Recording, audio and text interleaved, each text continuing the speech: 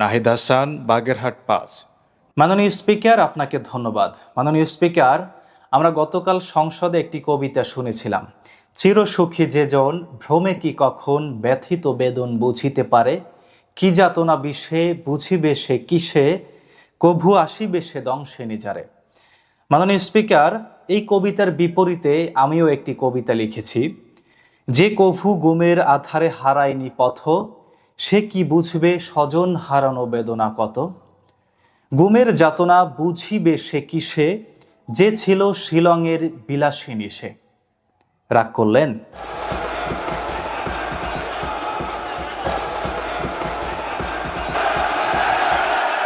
মাননীয় সদস্যবৃন্দ, ওনাকে বলতে দেন।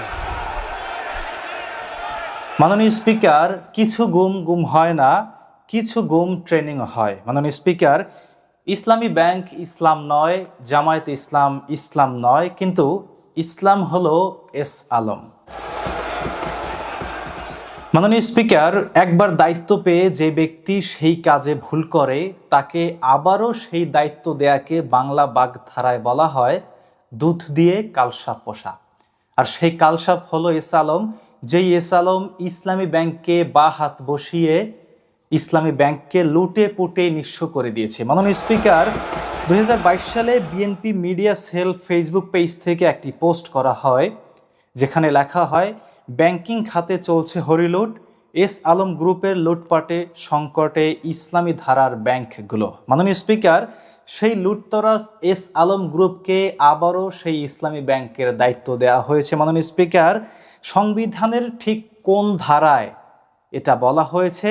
আপনার মাধ্যমে আমি স্বরাষ্ট্রমন্ত্রীর কাছে প্রশ্ন রাখলাম। মাননীয় স্পিকার, সংবিধানে না থাকলেও কথায় আছে এস আলমের নুন খেয়েছে যে একদিন, সে জানে সেই স্বাদ ভোলা কি কঠিন। মাননীয় স্পিকার, মির্জা আব্বাসের ঢাকা ব্যাংককে আমরা বিএনপির ব্যাংক বলি না, প্রয়াত আওয়ামী লীগ নেতা আব্দুল জলিলের মার্কেন্টাইল ব্যাংককেও আমরা আওয়ামী লীগের ব্যাংক বলি না, আব্দুল আউয়াল মিন্টুর ন্যাশনাল ব্যাংককেও আমরা বিএনপির ব্যাংক বলি না। তাহলে কেন ইসলামী ব্যাংককে জামায়াতের ব্যাংক বলা হয়? মাননীয় স্পিকার, বিএনপি আওয়ামী লীগের নেতারা ব্যাংক তৈরি করলে সেটা বিএনপি আওয়ামী লীগের ব্যাংক হয়ে যায় না, কিন্তু জামায়াত নেতারা ব্যাংক তৈরি করলে সেটা জামায়াতের ব্যাংক কেন হয়?